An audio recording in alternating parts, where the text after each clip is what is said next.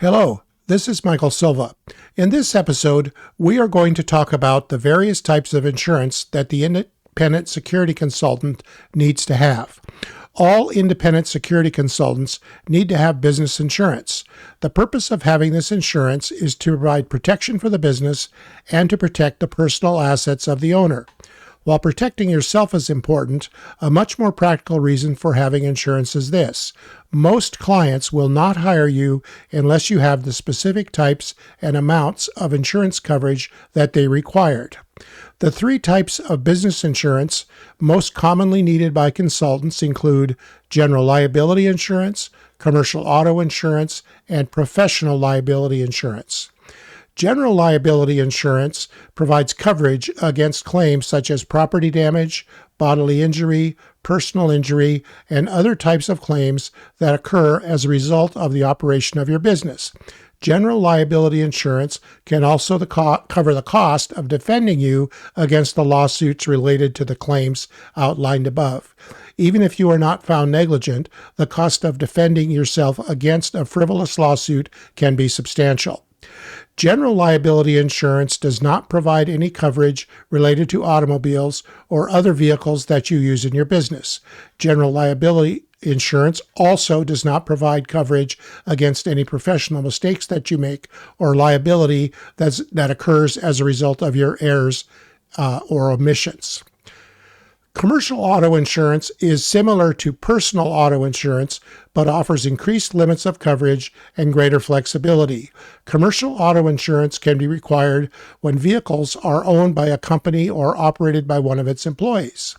Independent security consultants who use their personal vehicle in conjunction with their consulting practice may or may not need commercial auto insurance depending on their circumstances. In some cases, a personal auto policy may specifically prohibit the use of a vehicle for business purposes. In other cases, a personal auto policy may not provide the coverage limits requested by clients, making it necessary to purchase a commercial policy. For occasional business use, you may be able to add a rider to your personal insurance policy. However, for frequent or primary business use, a commercial auto insurance policy is usually the best option. Professional liability insurance, also known as errors and omissions insurance, provides protection against claims concerning alleged mistakes made by the consultant, bad advice that the consultant gives, and oversights or omissions on the part of the consultant. Professional liability insurance also covers the cost of defending you against lawsuits related to the claims talked about above. Most independent security consultants have no difficulty obtaining general liability insurance and commercial auto insurance. These policies are usually available from a large number of different underwriters, usually at a reasonable cost. Professional liability insurance is a different matter. As the date of this video, there were relatively few avenues of professional liability insurance available to the independent security consultant, and as a result, it can be hard to obtain and somewhat expensive. It is recommended that a qualified insurance broker be consulted prior to the start of your security consulting practice to review the types of insurance that you may require and your options for purchasing the necessary coverage. The cost of insurance is directly linked to the coverage limits requested. More often than not, the independent security consultant will find it necessary to purchase higher coverage limits in order to meet the needs of clients. For example, a consultant may choose to have $1 million on their general liability, professional liability, and commercial auto policies, but learn that clients in their area of practice require a minimum of $3 million of coverage. The consultant may find it difficult or impossible to do business unless a policy with higher limits is obtained. You may encounter a situation where a majority of your clients find the limits of your policies acceptable, but you have one specific client who requests higher limits. For example, you may have $1 million in coverage, but find that a specific client is asking for $3 million.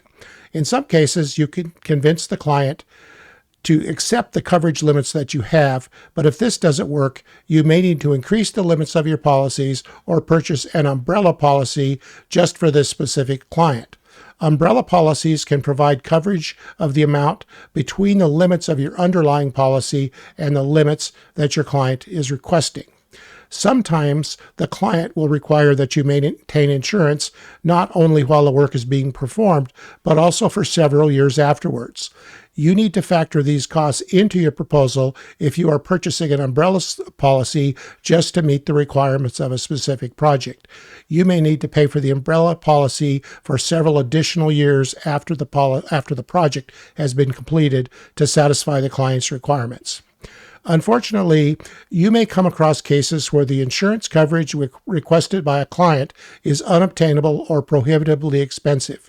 I've had to walk away from projects in the past where it just didn't make good business sense to buy the insurance needed to comply with just a single client's requirements.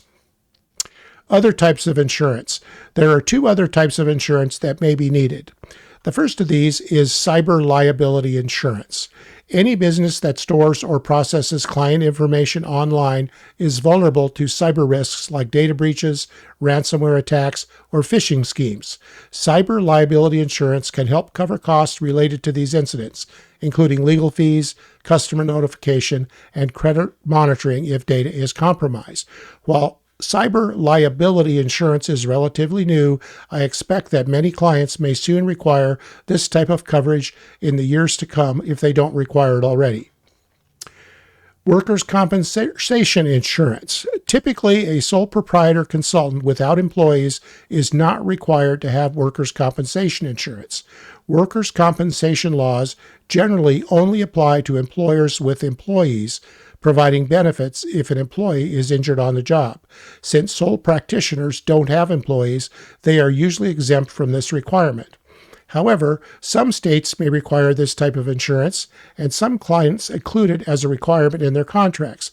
While you can sometimes get the client to make an exception because you are a sole practitioner, many legal and risk management departments at client companies won't budge. It is often easier to purchase workers' compensation just to avoid this hassle. Certificates of insurance. As proof that you have insurance coverage, most clients will request that you submit a certificate of insurance, often shortened as COI, along with your proposal or prior to the issuance of a contract.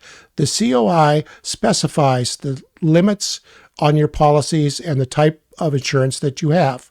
The COI may also specify that the client is an additional insured, meaning that the client is covered by the insurance policies in addition to yourself. The COI is typically requested from the insurance broker that sold you your policies. COIs are often needed on short notice, so having a broker that can respond quickly to your request for a COI is very important. The process for obtaining a COI and the expected turnaround time should be discussed with your broker before selecting a policy. When responding to a request for proposal or negotiating a contract with a client, it is strongly recommended that your insurance broker review any contract language concerning insurance or indemnification. This can prevent you from unintentionally agreeing to provide insurance coverage that is outside the scope of your present policies.